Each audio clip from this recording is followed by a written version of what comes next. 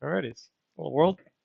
This is Zan streaming just a quick uh, late age Marignon expansion that I did for a multiplayer game that ended up being reset. But I know there's been a lot of, or there tends to be a lot of discussion on expansion as late age Marignon and how insufferably difficult it is. And I figured, I can go expand versus indies all the live long days and get you 20 provinces. Or I can just kind of, I'll saving these turns. I was going to record them eventually. I can just show you kind of what I ended up doing for this game, and hopefully it helps some of you. Maybe get some ideas. Maybe tell me that there's so much better ways to do it. Maybe help me kind of pitch that a coastal start for Marignon would be really helpful. Uh, yeah. So just as a quick run through, this is not an overview or anything like that. I'll do that eventually once this game's over. I have played Marignon before, so technically, by my criteria, I can do an overview now. It was a pretty long game, getting to the turn hundreds or something like that. But it was also my first game. So, yeah. So regardless, commander-wise, you have basic stuff. You have a sailing assassin with a poison dagger and a crossbow with pretty good stats. You have a plague doctor, which for the purposes of expansion, ignore. You have an unarmored or a very lightly armored commander. 40 gold, 60 leadership is kind of a good price, but low armor and no shield is dangerous. You have a more armored commander, uh, same leadership, but better armor, a little bit more expensive, and very importantly, can sail. You have Goetic Captain. This one is 2 recruitment points over the other guy, but is essentially the same as the other guy, but has 10 undead leadership in order to sail with demons. What else do you have? You start with a Troubadour. Essentially, because he is a spy, I like sending him to find what the thrones are. By the end of the expansion, you can generally figure out at least half, two of the thrones. You can generally go ping them, or just like kind of walk into them, and it'll tell you what throne it is. And that can skew your expansion a little bit. It can give you an idea of, okay, maybe I want to focus more to get this one throne because it's got a really cool mage or whatever the heck. Once that's done, and you have a leftover spy, you can kind of check that, hey, they have seduction as an ability, and you can maybe snipe like a sorceress or something. That'd be cool. There's no guarantee it's going to work, but at the end of the day, this is the 64 gold scout otherwise, because I doubt you're going to use some of the uprising mechanics with spies. I mean, you can for sure, but for me, maybe I'd wing it and maybe try to get a sorceress and break into some high path or whatnot. If they get in a fight, they're probably dead. What else do you have expansion wise? You have missionaries, which are recruit anywhere as long as you have a temple. Unfortunately, if I remember correctly, middle-aged Marignon's missionaries could lead troops. These guys cannot, but they can sail, and they're no longer stealthy. Uh, this is just your cheap Daedalus, cheap research mage you can get while expanding to save money. Chart makers, you actually can't make these unless you start on a coastal. And I don't recommend making them a lot of times. Inquisitors are very good leaders. They have morale bonus, but they are old and have no armor. I would not recommend these during expansion. Same for Goetic Adepts, Architects.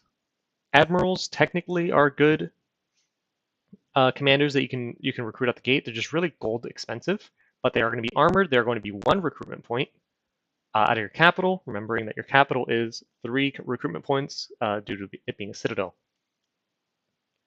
So you can recruit, a mage and one of these guys. The issue is, again, it's very gold intensive, but you do get a leadership bonus over the other guy. This guy. You get a leadership bonus over this guy and 40 more troops, which I don't know how often that's going to be relevant, but hey, it is a thing that can happen and you have this guy for it. Other than that, you have Royal Navigators, which is my preferred unit to recruit in the early game because they can do decent combat magic, rolling either a 2 in any of these 3 paths. So they can Mind Burn or they can Lightning Bolt, Thunder Strike. It depends on what you research, really. But any of these 3 paths will be useful to you as Marignon.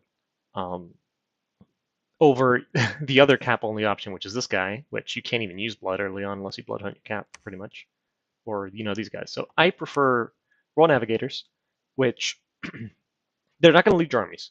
Like those are I forgot to recruit a commander, but they do have 40 leadership. They can sail, and again they have these 3 paths, which if they do go out and fight, they can always cast Air Shield or Body Ethereal or whatever the heck. They're 2 CP each. They're not slow to recruit. And yeah, they are gold intensive. So as we go through these turns, you'll see me recruit these guys preferably. But sometimes I'll dip into a Diabolist to have more gold at the end of the turn. All right, hold on. Okay, so that's just, I guess, the mage lineup. Now, for the rest of expansion, this is where I guess most people would get caught up. Your starting army is horrible. There's, on, with most nations, you can say that you're guaranteed at least your cap circle, right? With most nations and your starting army, and then whatever you recruit turn 1, you can often say that you're guaranteed your cap circle. With Late Age Marignon, for whatever reason, I don't think that's the case. I don't think you're guaranteed your cap circle at all because you start with these guys, and you don't even start with that much of them. And they're hot garbage. They are very hot garbage. They lose to light infantry, especially if the light infantry have javelins. They will lose to that because they have garbage stats, and then they have a glaive, which it's a very good weapon. Like, don't get me wrong, hitting for 22 is fantastic, but they swing at 7 attack value. So you really need a lot of these guys in one spot to harass down the enemy to be able to land maybe 1 hit. Meanwhile, they have no defense to dodge, they have no attack skill to repel, and they have no armor to survive any of that. But don't forget the morale's garbage. Their one redeeming factor if they have good castle defense, if you ever cared. Don't build this. I mean, you'll see a use case to build these, but these guys in your starting army is atrocious, and for whatever reason, I don't know why you start with them. You should start with pikemen, which is what most like middle age starts with pikemen. I'm almost certain they start with pikemen. Like Ulm starts with these pikemen. I don't know why we don't start with pikemen. They're not fantastic units by any means, but they are better than City Guard. Militia are better than City Guard because they have shields. These are bad. Don't. Okay. So, regardless, let's keep moving. Flagellants. Flagellants. This is one way you can expand out of the gate with Marignon if you have high Dominion and decent, some halfway decent of Bless. Because although they tend to be garbage like City Guard too, you can end up recruiting a good amount of these, and with the decent Bless, they're actually going to hit things. I mean, like 9 attack sucks, but it's 2 attacks each. So each square, by default, is going to do 6 attacks. And then you give them some sort of like plus attack Bless, and maybe they can actually kill something. So this is one way to get out the gate. And then these guys scale pretty decently because they're also recruit anywhere. So as you expand, if you're able to put up temples, you can actually start recruiting these straight out of the provinces. You don't need a fort for it, which is kind of cool. This is one way to do it. Not my preferred way, but it can work. I've done it before. Crossbowman expansion is good. Expect a lot of friendly fire, but you need to have a certain mass to your crossbows. Once you hit that mass, you should be able to expand with few losses from the indies, but most of your losses will come from friendly fire from crossbows. Okay, and now we actually get to your melee troops, and let me just check the comments real quick. Thank you, Mr. Daniel. That last DLC video was a fun one. It was a fun one. I thought I was going to do something and that he was going to do something, and I was very, very, very wrong, and I paid the price for it. So let's see. Same, I'm brand new. Maybe Jurgen's playing against the AI. I didn't play against the AI before I started joining games, so I'm actually starting to try to do it now because I want to try and record like a versus Impossible AI series. But I'm finding that's actually really hard without getting pigeonholed into certain builds that are like Blood Bond, Regen, that kind of thing. It's weird. Yeah, it cheats a lot. or depending on like super combatants or thugs, things that in a multiplayer game are just really easily countered, but against the AI are just a godsend. So I'm trying to avoid relying on those kind of things, and that's making it real hard. But anyways, one of the weaknesses of the nation is squishy human mages. Yeah, that's just called being humans. That's just the human problems. The good thing, I mean, the trade-off, it's squishy human mage, but they're really, really cheap. So if they die, okay, recruit more. Just recruit more of them. All right, let's head back to the troops. So you get Pioneers, which hilariously end up being a halfway decent option for you to recruit because they have the lowest resource cost of the rest of your lineup, and they can repel spearmen. Issues is defense skill 8 is kind of bad, and a plate cuirass is acceptable for the age. It's pretty much the average. Halberdiers are also really good. Um, actually, hold on. While we go through this, we have to note a few things. One, all of your units, other than the two elites, are are 9 recruitment points each, and just heavy resources. Key. Um, their map move is 12, 10, or 8, and their combat speed is, or at least these guys is 10. So always keep an eye on the combat speed because you don't want your units splitting up. So if you try to, this is one of the big issues with the City Guard because their combat speed is 12. So anything you try and add to them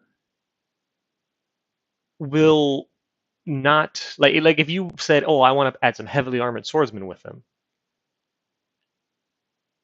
the city guard are going to run in front of your swordsmen and get killed anyways. So that's an issue. The only thing that also has combat speed 12 are your flagellants. So just keep in mind that you cannot protect these guys because they will run forward, and your starting commander is a lieutenant who only has 2 squads, and you start with crossbowmen and city guard. So you can't add a third squad without butchering this already low morale. So there's a lot of interlocking problems with the city guard. Um, so regardless, moving forward, halberdiers are also pretty good. They have better defense than the pikemen, but less attack at a higher damage. They're also not bad. I've tried both with pikemen and with halberdiers. Both are pretty good. I think I lean more toward the halberdiers than the pikemen, but you can get away with either. So over here we come to the swordsman, and again 9 recruitment points, which is good. 8 combat speed, which is quote unquote bad.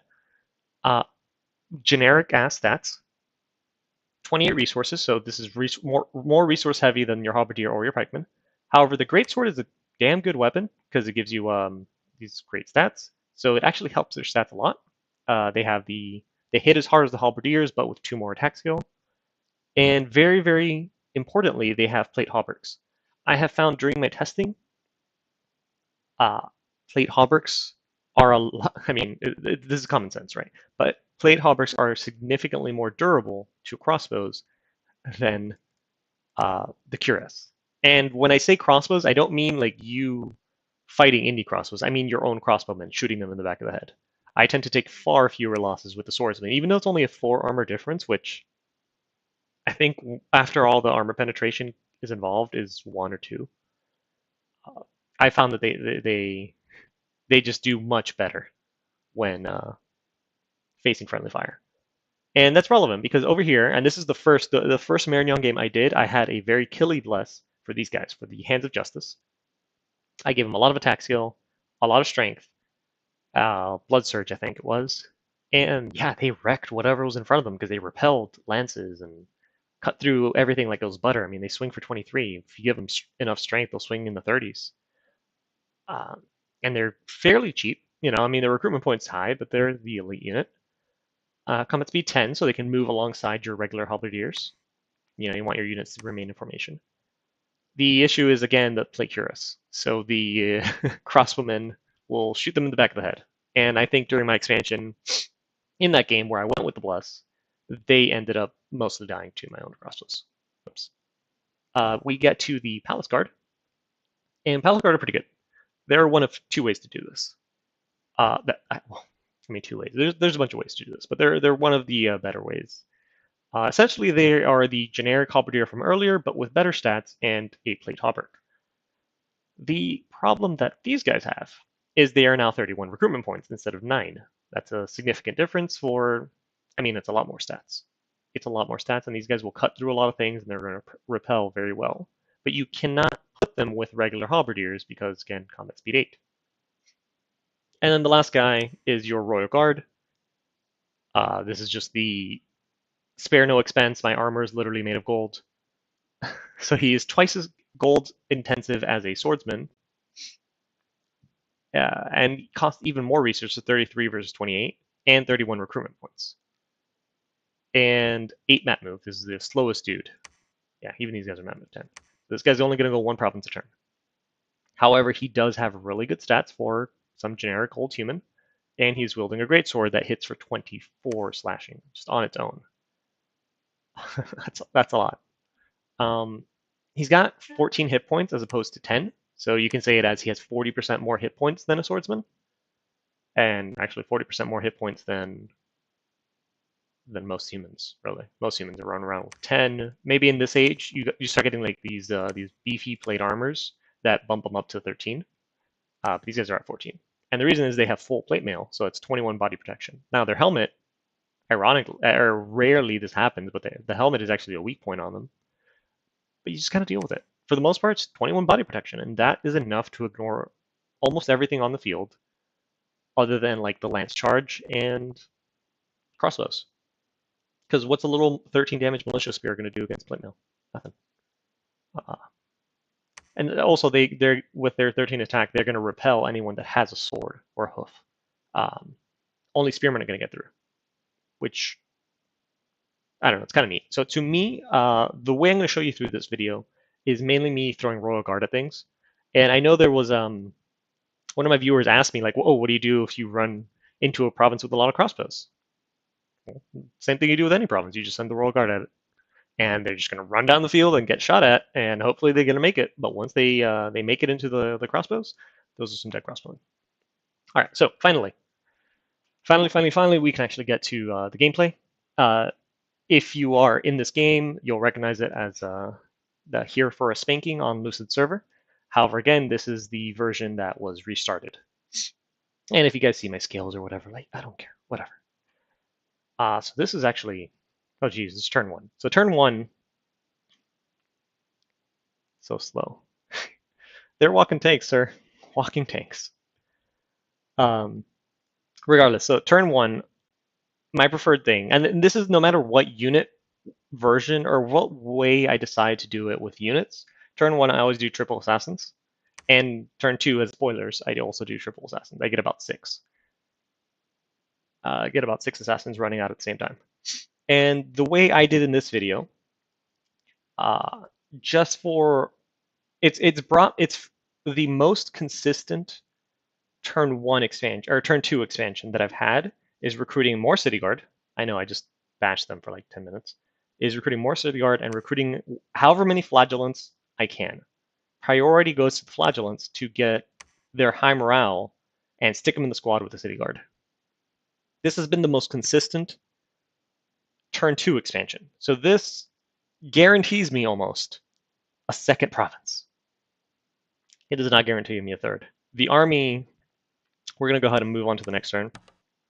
This army that I'm going to have here, and maybe I'm not the best at scripting units, like in combat. I know I've heard things of like Sakane being one of the best combat scripters, and from fighting him, I can probably damn agree to that. I am not one of those. So to me, I just jumble this hodgepodge of garbage together, and then hope that something like this is going to work with Python removal service. My prophet casting Sermon of Courage. I don't even care about blessing. He can cast Divine Blessing later. I want him to do Sermon of Courage, and I want him to cast, Syllable of Death or something, which is, I mean, whatever smite it is doesn't matter. You need to start smiting fast, because your city guards suck. And this is just kind of like if you fail 2 MR checks, you get soul slayed without soul slay. It's kind of good. What else we got here? Yeah, so just everyone run together, and I hopefully win. So for turn 2, I looked at the provinces we have here, and I said, okay, this is just some leather armored archers and militia. Okay. I know I just said archers are bad for me, but these guys are worse. These little dudes here, these light infantry with their javelins, the javelins will tear up city guard. Or city guard. Javelins will just wreck them way more than archers will. And we have javelins here, javelins there. This is a lot of barbarians. And then down here, it's more javelins and heavy infantry. So the only province I could go to is this one. Otherwise, I would risk going into this one, Duana. And that's it. The city guard are done.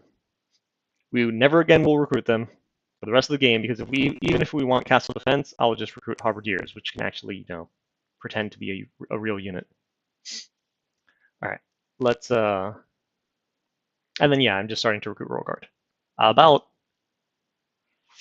later on with these scales, I could get about 14 per turn, give or take, and then you start mixing in some swordsmen because you run out of recruitment points.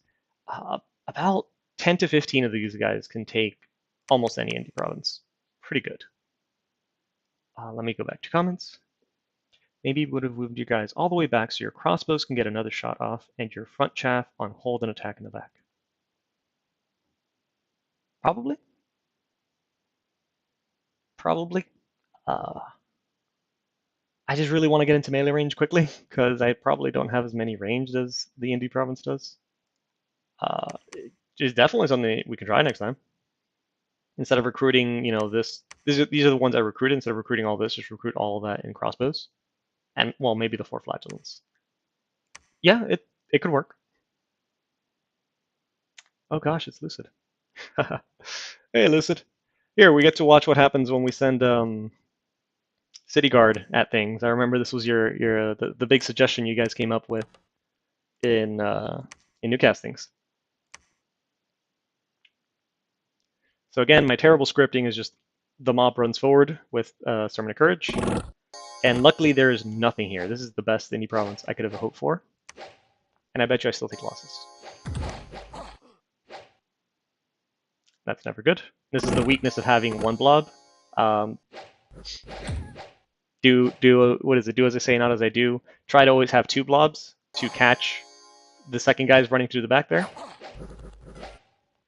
Luckily it worked out where killing that one dude routed this squad.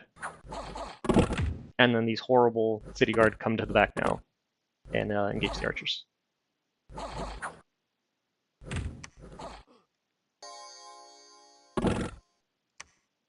Okay, so this is the best expansion you can ever hope for as Late Age Marignon on turn 3. You will find nothing better. This is me just rolling a nat 20 on easy indie province. So, given that I've moved my assassins here, the other quote-unquote easy province, I can send them into Bakemono. I can promise you right now that's not going to work. In the dark, City Guard are going to have 4 attack skill. No. This is not going to happen. They about the same, but this is in my cap circle and I need resources. So I'm recruiting as many of these guys as I can. Because this was the early turn, I'm also going to recruit a captain because, and I wish I could sail. Lucid, if you're watching this, please give me a coastal start. Because if I do start expanding with that captain in this direction, I can actually sail and ignore low movement speed or maybe skip BS indies like these barbarians. So for now, I'm going to send these guys on their charge here. Remember, I said earlier, this expansion party will guarantee me 1 province, and that's it. So I don't expect this to work. And over here, I'm assassinating with the first trio. This is a mistake. I think fire attack is better, because fire, they end up sitting there for a turn while in melee against some commanders. But fire attack is probably good enough. You don't want them just sitting there shooting. You want them to go use the double attacks and their high stats. Okay, so let's move on to turn 4.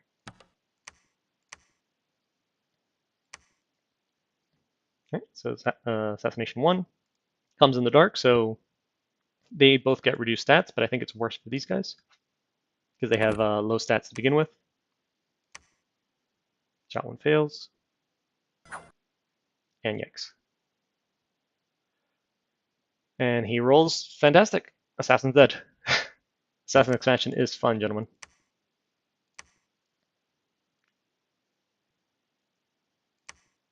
On 2. this time is in the day. We get a good hit, but not with the poison dagger. And he's gone.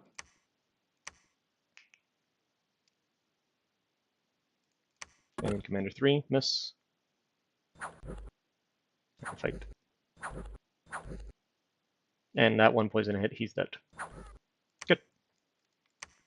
So most provinces in the late age have about 4 commanders. So that's a thing to keep in mind of when assassinating. You don't always want to risk that they have 4, but on average.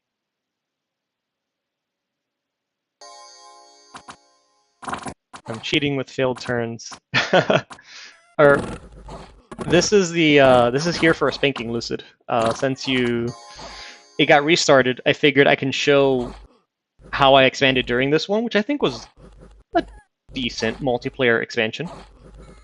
So I can show kind of like what it would look like in multiplayer as I start running into other players and maybe some diplomacy and such and such. Oh no, if I did this live, of course I'd fail. And yeah, here we have light infantry completely just mulching my my city guard. These guys, which to any other nation is just like free food. Completely devastating. Is that devastating? Yeah. Alright, so this turn sucked. Turn 4, I've got 2 provinces. We're doing good. And we already spot Joman down here. Joman, played by the Jomanese expert, Robsy, who has a big python. And I'm assuming, based on the geography, he wants these lakes because he gets some stupid dragons underwater, something like that. And the issue is, I really want, like, I even sent Lucid a picture of this province here. This is that generic map that he's recommended to have to help people host more games, by the way. Because this province here, for me, gets me, due to sailing, gets me access to every province that borders these 2 lakes. So from this one province, I can thread in all of this. Actually, this one too. Yeah, I can thread in all of this from this one. So my whole goal of this game is go build a fort in this stupid province and sail to people. And then there's just 70 barbarians in the cap circle. What bless did I take? It doesn't matter, and I guess my blesses matter. My blesses matter. Literally, this is me taking scales. And there's reasons why I got these. But most of those reasons is the chassis Pretender God that I wanted for this game happen to have those paths. Shock resistance is always good. Undying is just kind of there because I don't need more than 60 undead leadership. But undead leadership is something I do recommend with Marignon because ideally, you are recruiting a lot of demons, or you are summoning a lot of demons with Marignon, with Goetic Masters and Demon Knights and all that fun stuff, devils. So ideally, you're doing a lot of that, right? Here's the issue. This guy's got 70 leadership. That's good. Your priests have 0. They just, due to the undead leadership, they have 60. This guy's got 5. This guy's got 5. This guy's got 10. So you're playing a nation that wants to summon a lot of demons. Who the heck, other than your slow to recruit, cap only old man commander, is going to lead those demons? So if you don't want to lead or be forced to use your demons with these guys, you can take under leadership. And again, if you want a real bless for your Hand of Justice or your Flagellants, obviously under leadership might not be, you might not want to fit that because death blesses don't tend to be the greatest. But for me, since I don't really care about my bless this game, I want the convenience of being able to shuttle around demons without depending on Goetic Masters, or 5 per Diabolists, or 10 per these guys. So that's just me. That's the bless. All right, so turn, we'll roll the turn, but here I'm essentially sending, and again, I only have 1 mob, so do as I say, not as I do. Try to have 2 blobs of units, so they can grab it, and then I have the commander far, far in the back, hoping that Royal Guard chop up whatever they run into before everything else gets to the back. Now, if there's heavy cav on the southern half of this sheet, and they just go to the straight to the back, I die because they'll get there before the Royal Guard win. But generally, the Royal Guard, they go pretty quick.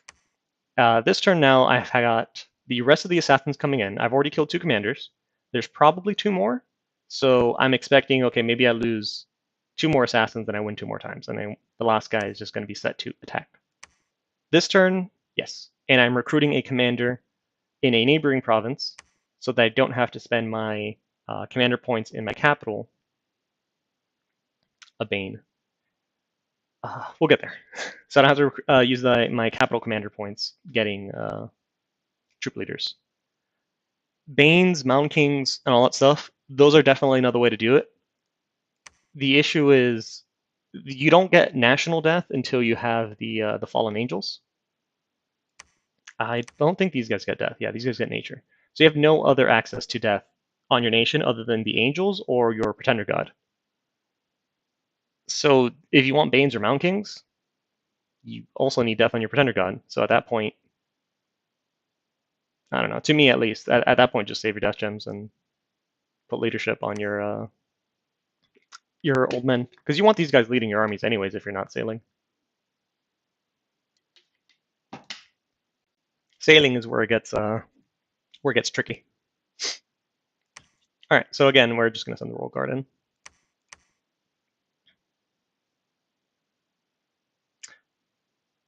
Oh crap! Hold your horses.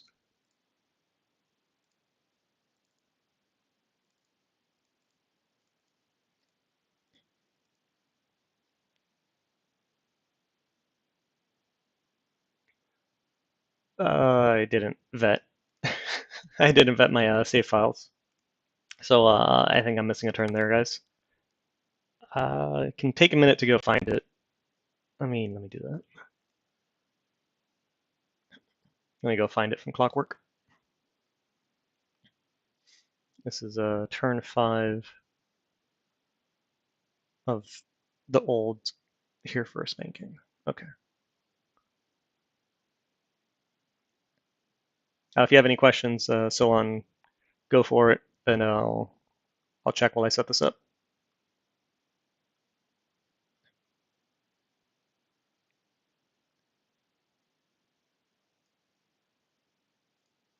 I am looking for turn 5, right? Yep.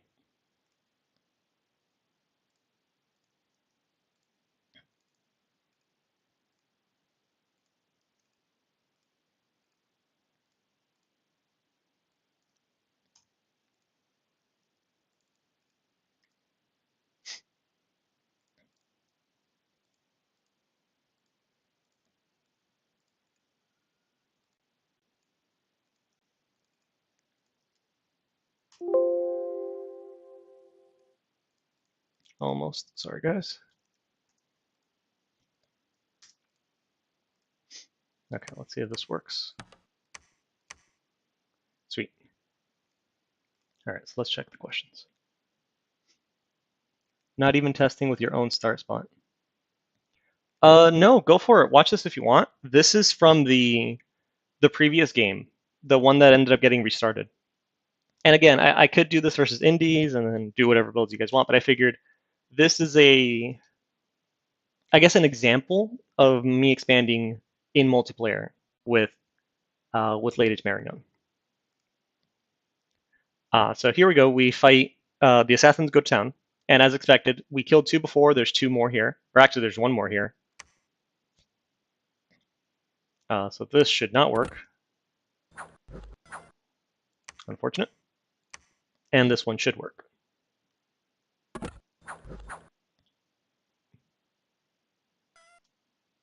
Technically worked. We find no one to assassinate. And is this the one? Okay.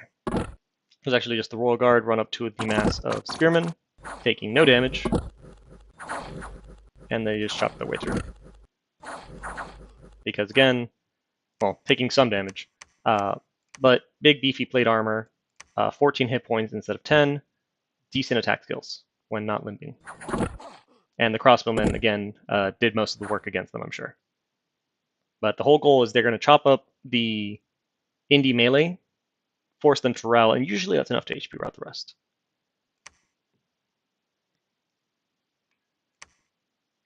And then they have no commander, so it's like, then I guess while we're here, we get to watch Joman also try to expand with a Shiguru, Samurai Archers, and an attack rear force. Pretty good. Well, that sucks. That's unfortunate for his attack rear, but I think it's still got a lance charge on the heavy infantry that would have otherwise given the rest of his troops trouble. Fortunately, expansion doesn't go much better for him. Late age human problems, guys. Yeah. Kill the heavy infantry, die to the crossbows and the lights. Okay. We get an unexpected event, who cares? And we buy some mercenaries because Jolly G, it's turn 5 and I only have 4 provinces, and I'm really behind. Now, the issue here with Assassin expansion is you don't want to. It's safest to do Assassin expansion in your cap circle because generally no one's going to come mess with your cap circle. But if I were to go to this province here right now, Edelmeyer, turn 29, or province 29, if I try to Assassin expand into this, there's a chance that Calum over here, as soon as I kill all the commander, Calum just walks in and, gets a free province. So you want to keep it, if you do Assassin expansion, you want to keep it as much into your cap circle as possible, and maybe even in your some of your corner provinces. So like, I can watch here in Florian. I see that Joman was sending his troops north and failed in Old Land. This one is still owned by independents. So if I move into Florian, there's a good chance that no one's going to come mess with me. Now, technically, Calum could probably fly over hills and do some stupid things, but like Calum taking Florian is a declaration of war. Straight up. If his cap's over here and he's taking this indie province, it's not my cap circle, but like I'm going to go fight you. Because no, that's just not going to happen. So this is a pretty safe province to run into. Any of these other 3 are kind of risky for Assassin expansion. So again, I have now a bunch of random swordsmen. I have a bunch of Royal Guard. I can't show you the movements I made because I screwed up the save file. And we'll see them next turn. And over here, I do know I do this. I get these commanders and I move them into my cap so they can lead the swordsman instead of having to use cap CP. Cool. But I did have turn 5. I guess I don't have turn 6. Ah, jeez. What a mess. What a mess. Which is this one? Okay. So it's turn 7 I didn't have. We're going to roll with it. Executive decision. I end up moving my assassins into Florian. And they're going to try to assassinate. And they do pretty good this time, even when faced with a heavy infantry.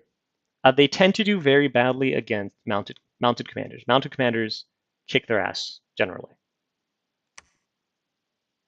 And now we move into the province that we previously saw Joman fail. And I don't remember if this is about the time that I started talking to him, where I kind of mentioned that I really want that sailing province. It all worked out. Use 5. Generally hoping to tank with the Royal Guard and have these guys come in with their broadswords and chop things up because they are kind of squishy. Where I talked to Joman that I really professional YouTube content. Shush. I am not good at this, but it's fun, and so I do it because it's fun. So at this point, I think I started talking to Joman that I really want own 179. This is my whole goal because I want to sail at people. And we generally have good Diplo. I mean, he started recruiting his forces, but his Northern Expansion force died. So if he was really aggressive, he'd have to use his Pretender God, which may not be around here anymore. Maybe he took this lake and then went somewhere else. So generally, we had decent Diplo on this. I got to take Old Land for free, which clutch, 19,000 province. Very good. And then previously, I guess I just threw the Royal Guard and the Swordsman at Dural Woods. Here, I'm making a bid on the Snake Charmer because I need provinces.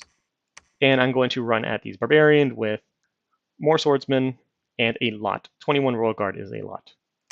And a line formation, but you know, it is what it is. And once more, recruiting commanders outside.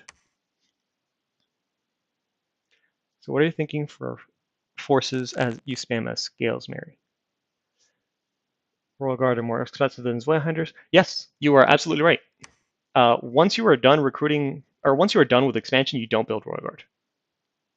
Until like super later in the game, where maybe that extra 3 slashing damage and 3 armor is worth it. So early game, Royal Guard, because again, 40% more hit points, stronger armor. But later on, we'll just like reset this recruitment point. So that's how many Royal Guard I can get now. If I try to do Swordsman, it tends to be a lot more, but then you cut up the Swordsman and you do something like this. And if you recruit 2 to 3 turns of this, you can run at someone with this, usually. But for expansion, for sure, it's the Royal Guard, because the extra hit points and the plate mail and the map move usually doesn't matter. If you're in a coastal start, it especially doesn't matter, because, again, like let's say my cap, for whatever reason, was here in Titan's Breath Peaks. I can immediately recruit Royal Guard and then sail to any of these provinces.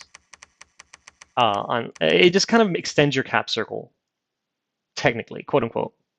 You know, it makes your cap circle include a lot more provinces that you don't need to spend turns moving through to actually get to. So that the 8 map move, which is otherwise freaking debilitating, doesn't matter as much as you can sail. Yeah, so that's it for this one. Go on to. I have a lot less than I was hoping. Whoops. Okay, so we fight the final commander here. And we die, but he got poisoned. That was a good swing. Jeez. But it's important that we hit him with the poison, so he dies. And we are able to take another province. So this is against a bunch of barbarians, which will get through your plate armor. But this is probably the best we can hope for against these guys. They waste a lot of their attacks against these crappy swordsmen, and then they just get chopped up now by the royals. Okay, and Florian, this should be the commanderless province, which this isn't. You know, this is something you can throw Royal Guard at and be happy with, but it would take them 2 turns to get there, and it was next to our assassins anyways. So now in Own, we have, again, kind of same thing. Rush up, the first strike gets kind of absorbed by most of the swordsmen and their higher stats. And then the Royal Guard with their choppy stats, 14 attack at 24 slash, pretty darn good.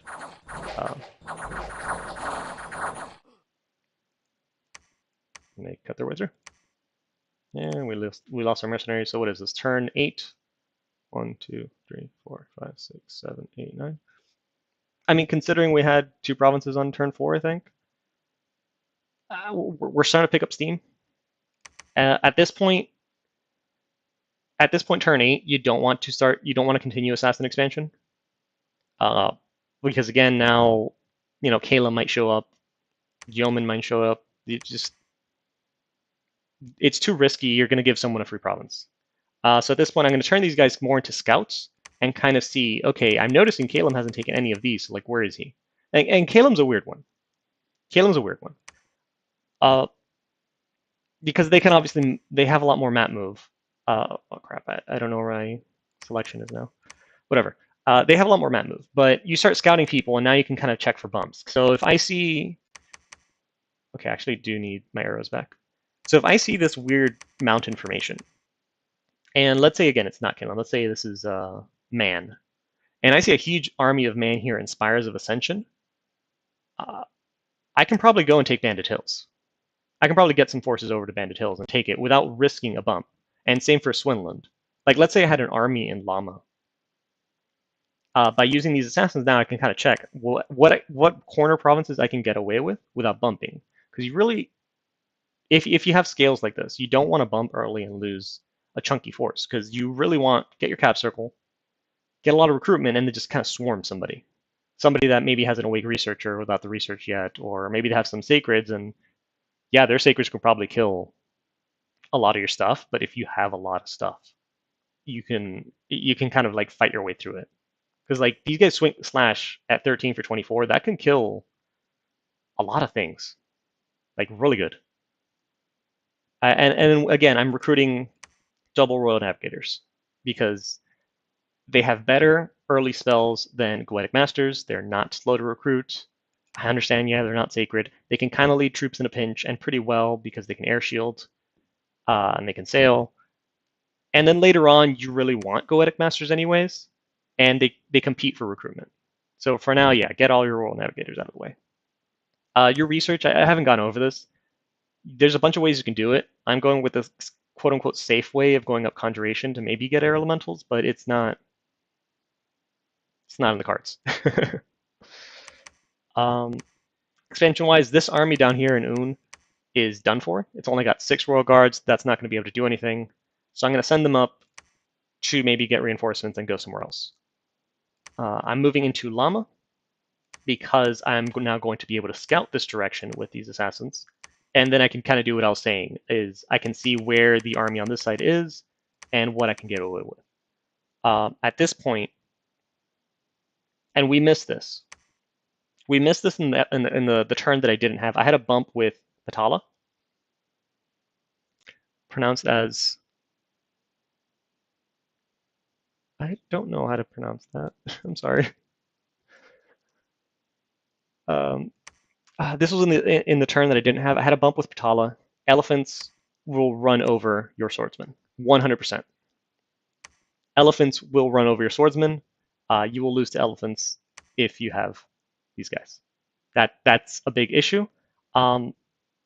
Things that might kill those elephants would be already lesser elementals. Will get trampled, yeah, but they have Battle Ethereal, and then if they hit an elephant, they're gonna stun it, which is good. There's also another spell, False Fetters. Your dudes can all cast this. Some need gems to cast it, but that's fine. This will take an elephant out of the game. So if somebody is running at you with elephants, you go to Alteration 1, which is not asking much. You might even start with this half the time. And you just pick up False Fetters, and that's going to kill your elephants for you. Let me see. So comments. Oh, never mind. No, you're not. You're not an idiot. Don't worry. I do my best at pronouncing. I was Tuatha or something. I was doing horribly the other day, and someone corrected me. It was helpful. It's really helpful. Miglin might not be prepped for a Lake Hop style raid from sailing. Even on non-water maps, sailing can be one hell of a surprise. You're damn right. Say that more often. People need to know. Which is again why I want a fort in Un and a second fort, maybe Jabero or Nicaea would be a good one. Since this requires river crossing, let's see, this is Tianchi. If whoever's up here doesn't have a form of crossing rivers, Nicaea is also a very good choke point because you have to go through these provinces in that order. However, due to sailing, I think Jabero might be better, just because now these two, if I build these two as forts, they can support each other. They might as well be adjacent to each other, because sailing-wise, well, they are. Jabero is also a really good spot where I can sail out of from my capital, because getting to Un from my capital would be difficult either way I go, because this is a mountain and this is a forest. But this is just flat plains. So getting from Marignon, I can probably get to Jabero in one turn. And then from here, now I can sail. Let's say I am fighting Miglin. So from Marignon to Jabero in one turn, and then I sail to Earthshell Mountains. And it's not Miglin's cap circle, but I've traversed a lot of provinces in this movement. Versus Tianchi, sailing wouldn't really help me very much. But versus Miglin, yeah, I think it's a lot better than trying to traverse this difficult terrain and then this other highlands. So yeah, this map isn't the best use case for sailing, but there are other times where it can help, and it definitely pays to be able to threaten a large amount of provinces from one castle. All right, so this is turn 8. I think we have one more. And then we're done. This was supposed to be a very, very short stream, and I've talked way more than I thought I was going to. Okay, so in Bandit Hills, I bought all the mercenaries I could. Easy peasy. I think I had, yeah, I think I skipped another turn. This is a problem. I'm getting in the habit of saving my turn so I can show you the orders. Um, what place did you get on the map as the restart? I can't tell you that. That game's still going. It's on like turn 10, I think. I can't tell you that. Um, so I think I skipped another one. Dang. Okay, so last turn in Llama, I recruited a bunch of mercenaries, and due to the scouting whole thing that I was telling you guys, I moved into Bandit Hills. I think I've now talked to Caleb. Around this point, I talked to Caleb and I said, "Hey, I don't want to fight you. Can I have Edelmeyer?" He said no, but I could have these two instead, which I think I'm very happy with. A 10k province is good, which I also talked to Patala, and Patala said I can have this province. Cool. It's very low on my priority list. So I guess Bandit Hills is the one, and I'm going to move into Bycliffe because it was never discussed. And that is not the script I should have when running into Kalians.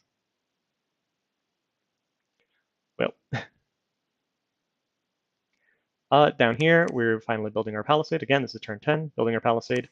We took Titan's Breath peaks with another army, and we failed in Nicaea.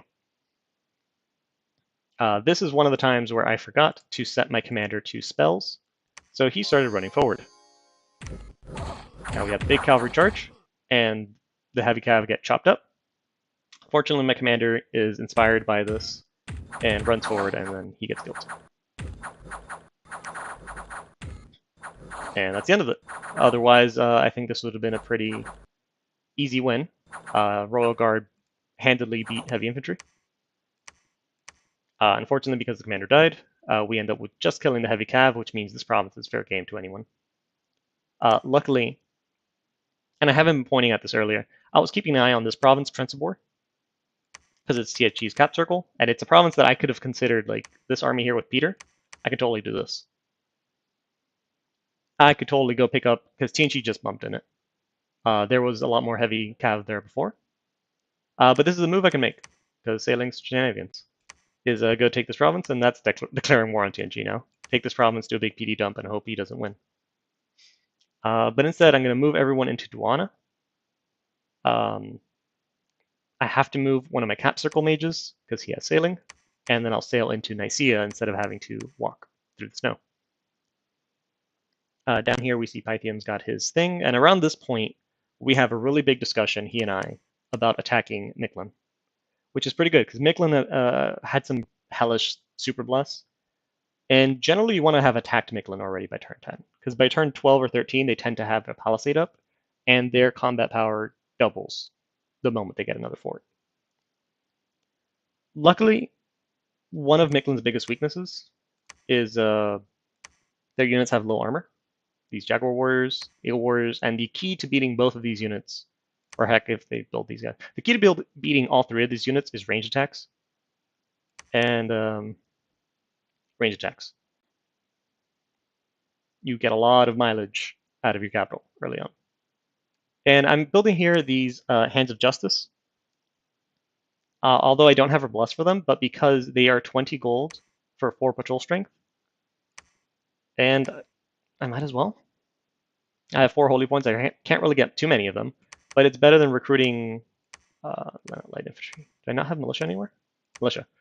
7 gold for 1 is 21 gold for 3. So they are ever so slightly better than militia. And that's what I'll use them for. It may not be efficient, but it's thematic, and it makes me happy to do that. And that way I can start blood hunting early, and maybe throw imps at people. I did lose this province here, Dural Woods to Wolves. That sucks, but whatever. All right, so that's just, this was meant to be a quick, like 30-minute video, and I don't know how far we've gone here. This is just a quick look on, okay, this is a multiplayer game I was doing against some pretty good people. And just kind of where my thought process was, what moves I made as an example of Marignon expansion. Could I have done better? Oh, hell yeah. Are there other ways to do this?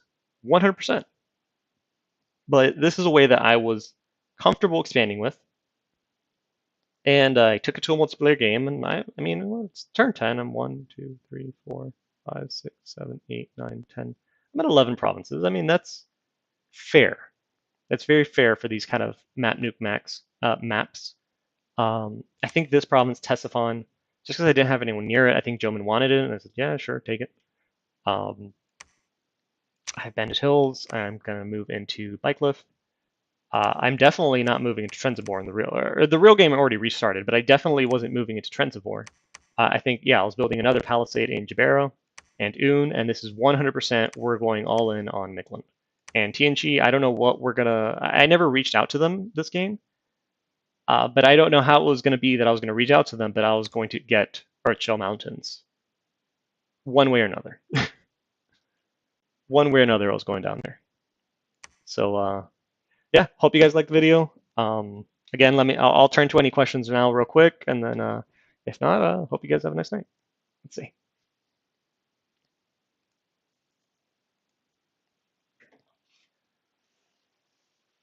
All right, doesn't look like there's too crazy questions here, other than asking where my store cap is. So yeah, have a great night, everyone. I'll see you next time.